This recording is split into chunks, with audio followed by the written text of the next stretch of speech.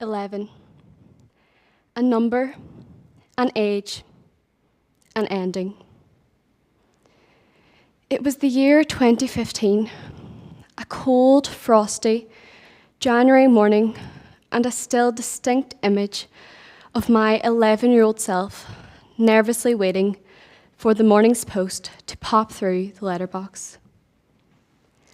Let me tell you all at this point, I don't make a habit of stalking postal deliveries. However, this morning was different. The letter whose arrival I was anxiously awaiting contained the results of an examination I had taken just 3 months earlier. This plain, nondescript, brown envelope, with its singular, flimsy, white page, would immortalise in print my grade, my passport, or so I thought, to a better, brighter future. You see, there are 2 types of schools in Northern Ireland, selective and non-selective. Pupils have the option to sit a test to win entry into the selective or grammar stream.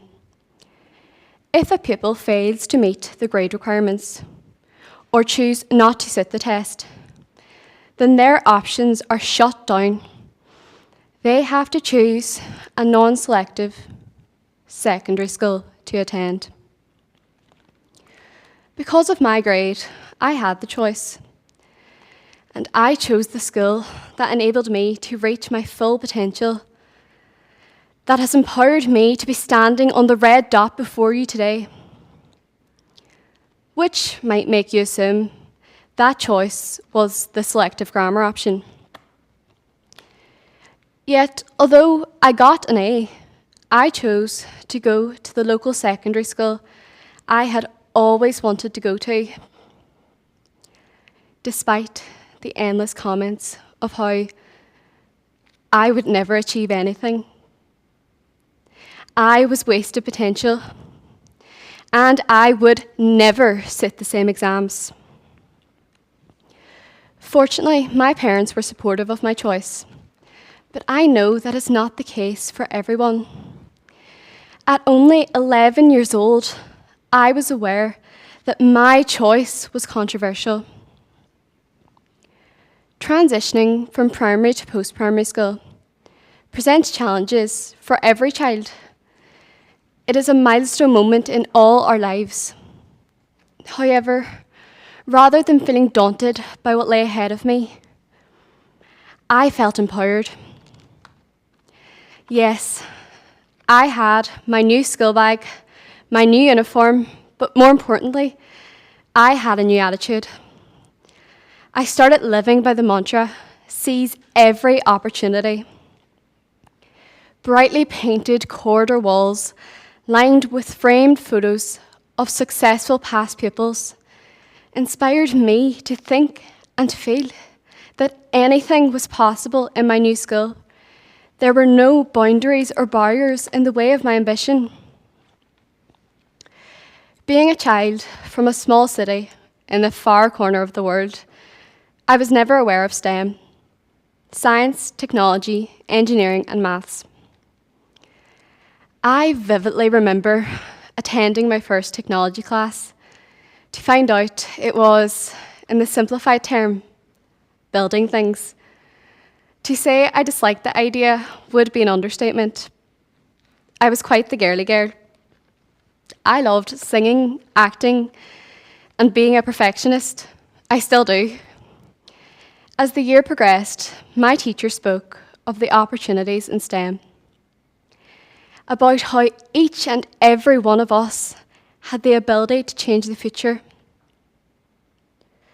But of course, that couldn't be true. We all found ourselves sitting in a class at a secondary school, after all.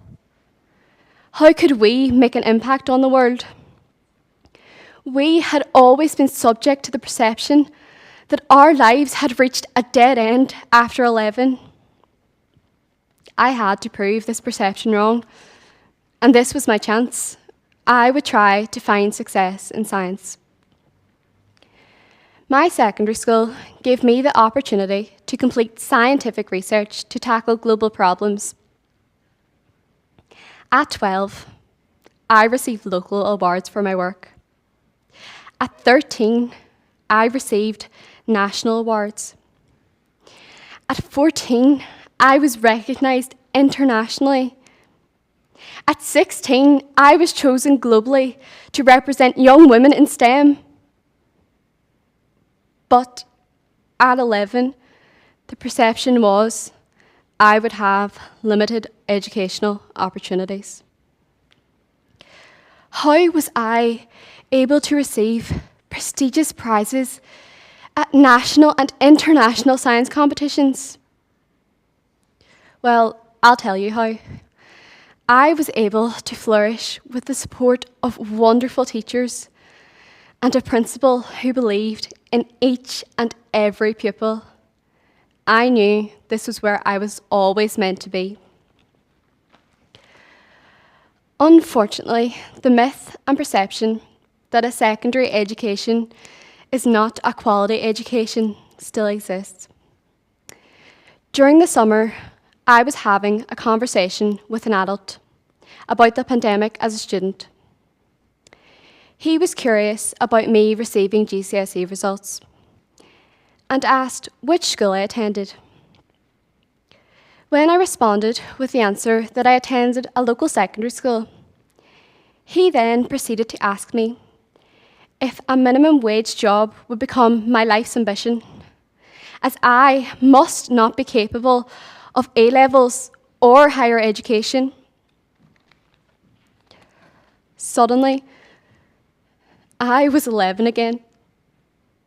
I was small, inferior, and all of my achievements meant nothing. I remember turning the page of my GCSE maths paper in the assembly hall of my secondary school, thinking pupils across the state, right now, grammar and non-grammar, are turning this page with me. I am not alone. I am not different. I am a student accessing an excellent education like every other child in every other assembly hall in Northern Ireland.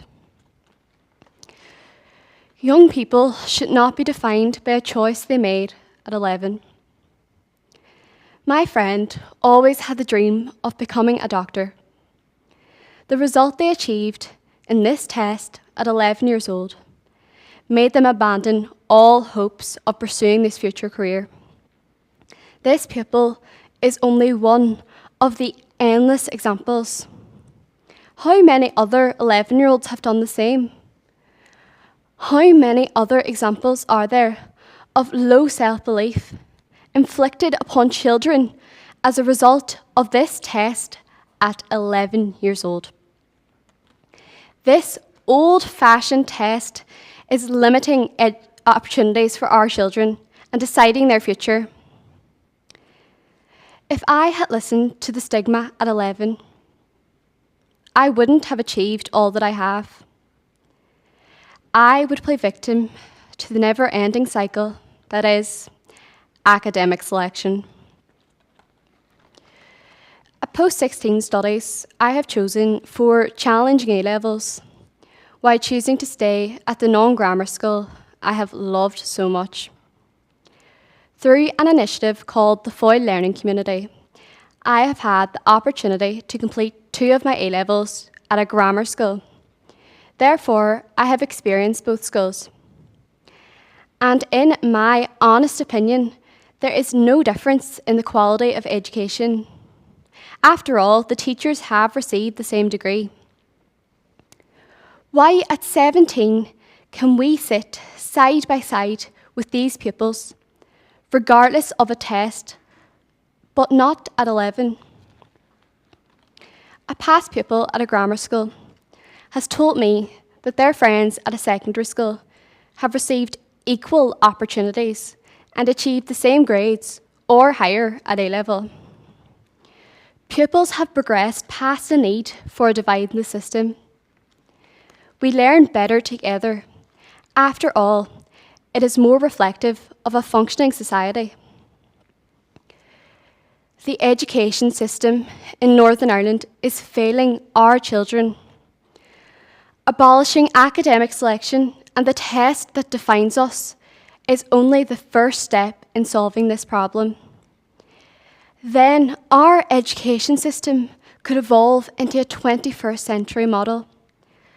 Children could learn together, exploring different sectors from the ages of 11 to 14. A lot of pupils have discovered their talents in subjects they have not been taught in primary school.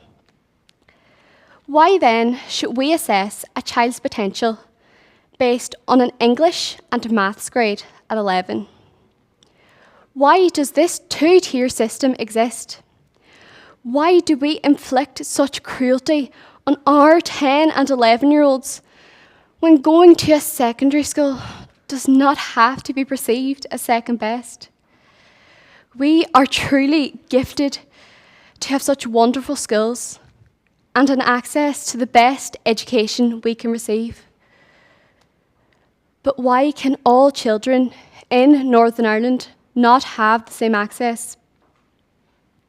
A pupil with a grade A has an array of choices, but a pupil with a D grade can only attend a select few schools. This is neither a fair nor equitable system. The broken system has been exposed by the pandemic. The people of Northern Ireland have risen from their sleep and recognise that this archaic system cannot continue.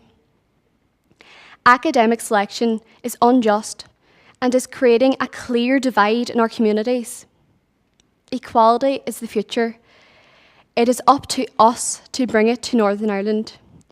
We must end transfer trauma for our children.